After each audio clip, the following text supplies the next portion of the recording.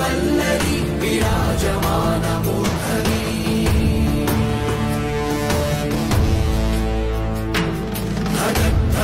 धगज्ज्वलल्ललाटपट्टपावके किशोरचन्द्रशेखरे प्रतिक्षणं मम। हामी आज पाउँदी बजार आइपुग्यौं। आजको दिन सतबिउ छर्ने दिन हो। आज बजार आइपुग्यौं। यो लमजुङको पाउँदीमा आइपुग्यौं। अनि यतापट्टि गयो भने माथि राइनस्कोट जाने बाटो भयो। यो यसरी बजार लागिरहेछ। बिहानको अहिले 8 बजे 7 बजिरहेको छ। 8 भन्न आएछ। 7 बजे बिहानको 7 बजे चाहिँ आन्टीहरूसँग मम्मीसँग आसु म चाहिँ हाम्रो यो लमजुङको फेमस महादेवको मूर्ति पनि यही छ। पाउँदीको यसरी ल मर्स्याङदी ठाउँलाई चाहिँ पाउँदी भन्छ तर यो खोला चाहिँ मर्स्याङदी हो। लोकल सोकल सबै अर्ग्यानिक सामानहरू छ। मैले ओटिडी मेरो ओटिडी अलिकति युनिक लगाएको छु। चोलो नेपाली अर्ग्यानिक चोलो अनि त्यसमाथि डोरी नेपाली डोरी। ओहो हो अहिले त कस्तो राम्रो भएछ पेन्टिङहरूलाई है। मैले त हेरेकै थिइनँ। हाम्रो अगाडिपट्टि छ हाम्रो शिवजी भगवानको आफ्नो प्रिय यसरी वाहन चाहिँ साढे यसरी अगाडिपट्टि कति ठुलो विशाल छ है। अनि हाम्रो यो मन्दिरहरू पुरानो मन्दिर यता यो होला सायद नयाँ मन्दिर उता छ होला। अनि कस्तो राम्रो बिहान बिहान ल यति धेरै मान्छेहरू 7 बजे यति धेरै मान्छेहरू आइपुग्नु भएको छ कि 7 बजे त एक्ज्याक्ट होइन रहेछ। मैले टाइम हेरेँ भर्खरै मोबाइलमा। अहिले चाहिँ 7:30 जति भइसकेको रहेछ। ओहो ओके अब यहाँ चाहिँ हाम्रो पूजा गर्ने ठाउँ हाम्रो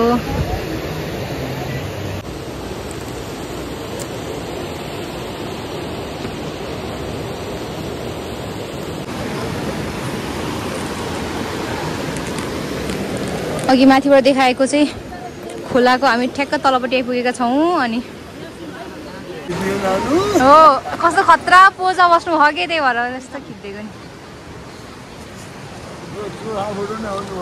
आउने हो नि हामी चाहिँ अलिक सिक्रेट ठाउँमा यसरी आइरहेको छ। हो Guys, how to walk in here? कसरी हिँड्ने होला? अब बिस्तारै म बिस्तारै हिँड्दैछु। ओके ओके कस्तो राम्रो राम्रो ढुङ्गाहरू रहेछ क्या यहाँनिर। तर खोलाको साइडमा यस्तो राम्रो राम्रो ढुङ्गाहरू हुन्छ कि। अनि यो सबै ढुङ्गाहरू चाहिँ लाइक पानीको चोटहरूले गर्दाखेरि प्रेसरहरूले धान्दा यतिको सुन्दर भएको हो नि त। सो मैले पनि चाहिँ यही ढुङ्गाहरूबाट धेरै कुरा सिकेको छु। किन भन्दाखेरि जति हामी माथि प्रेसर भयो जति हामी माथि होइन हार्डवर्क भयो त्यति हामी राम्रो बन्नेछौँ हामी राम्रो बन्छौँ भन्ने कुरा।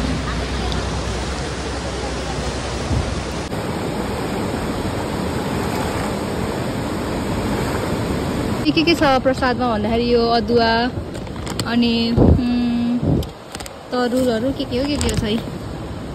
धान मकै अनि गेडागुडीहरू सबै। मम्मीले चाहिँ अब स्नानको छोटो फर्म गर्दै हुनुहुन्छ। मुख धुने काम गर्दै हुनुहुन्छ पानीले। आन्टीले चाहिँ बिहान बिहान नुहाएर आइसक्नु भएको छ। बिहान कति बजी नुहाउनु भयो? मर्निङ वाक गएर 5 बजी मर्निङ वाक गरेर आएर नुहाउनु। ओहो हो कस्तो फ्रिजिङ छ भाइ। This water is so freezing. Oh my god. ल मैले पनि भगवानलाई मेरा पितृहरू मेरा भगवानहरूलाई चढाइदिएको छु। ल लिनु होला। ल ल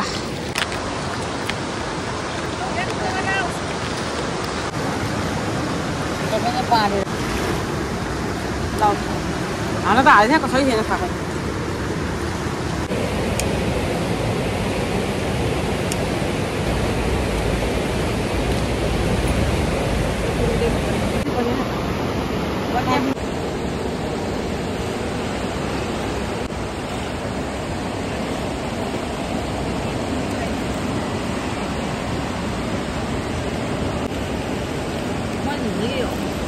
यतापट्टि चढाऊ यतापट्टि बत्ती पनि चढाऊ। नमस्ते गर दुधवाला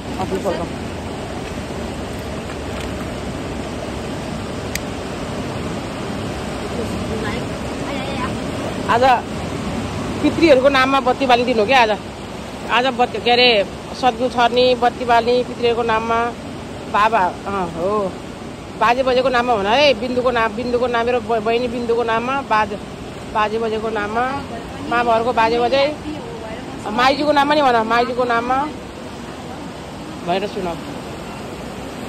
अहिले हामी ठ्याक्कै पुलमुनि छौँ पाउँदीको पुलमुनि छौँ। अहिले मर्सेली तल ल बगिरहेको छ सुसाइरहेको छ। अहिले बिहानको ठिक 8:30 बजेको छ।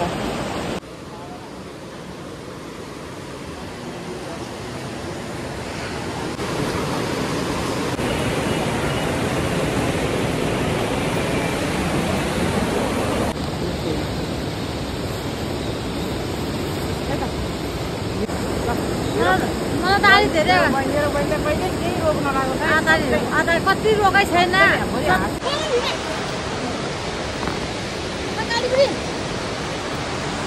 ल हाम्रो नानीले अब यो वर्षमा विदेश जान पाऊँ होइन अर्को पाओस् अर्को वर्षमा इन्जिनियर त्यो जोइ पाऊँ होइन अर्को आशीर्वाद त केही छैन भाग्यमानी। मम्मीले चाहिँ आज सतबिउ छर्दै हुनुहुन्छ यसरी हाम्रो पितृहरूको लागि सम्झनामा उहाँहरूको सम्झनामा अत्यन्तै सुन्दर के भन्छन् यसलाई संस्कार भनौँ।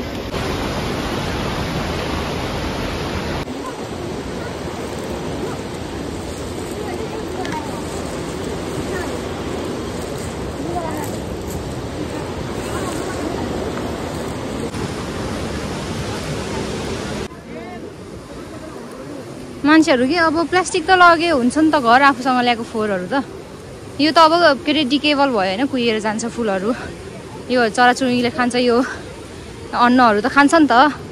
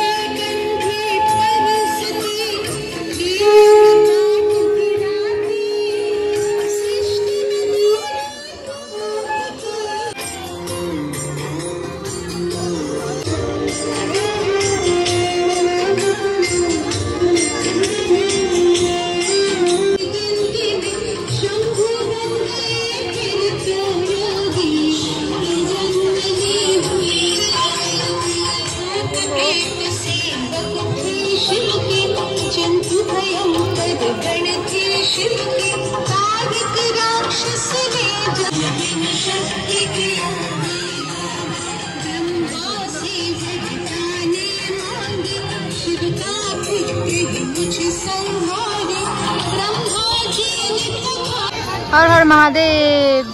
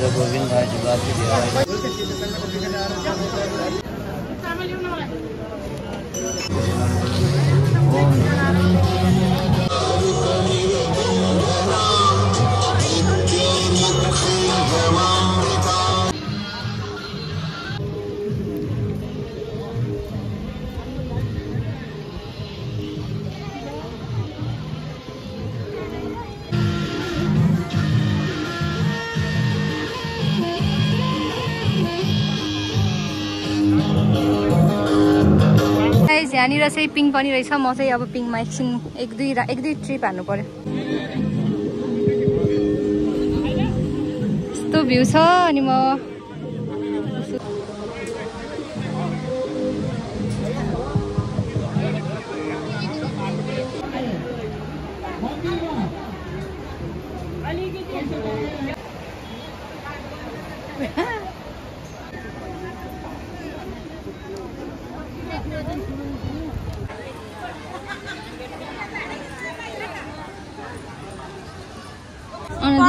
चुरा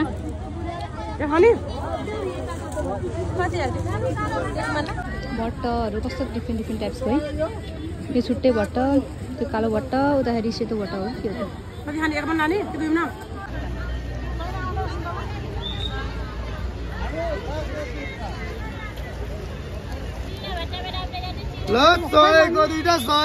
किन्दै छ हौ।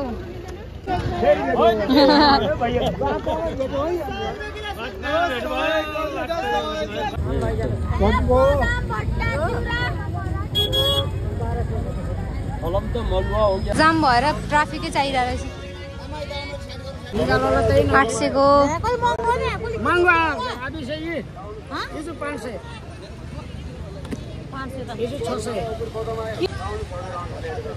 निकालो लतैन दिदी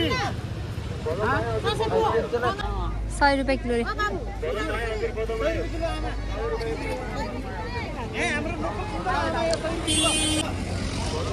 बजारतिर जाँदैछौँ अब हामी चाहिँ। बजारतिर चाहिँ अब कस्तो के भइरहेछ हेर्छौँ है त।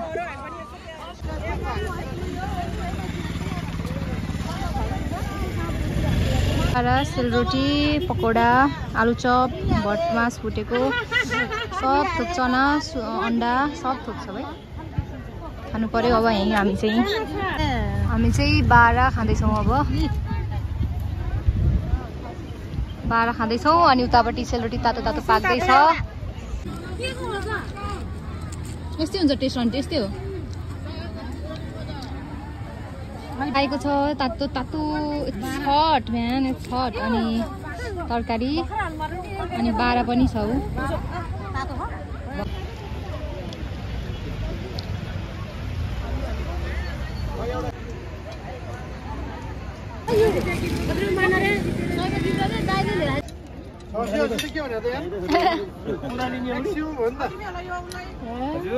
अंकल शपिङ गरेर हुँदैछ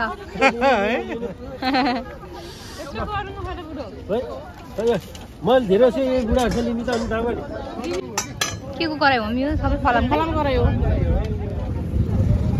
100% फलामै हो दाइ यो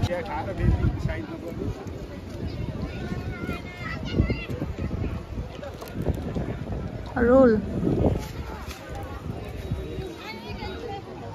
चाहिँ हामी बजारहरु सम्पूर्ण हेरेर खाजा खाएर सामानहरु सबै किनेर शपिङ गरेर अब फर्किँदै छौं दाइको अटोमा दाइसँग चाहिँ हामी अस्ति नै बुलबुले पनि गएको थियौं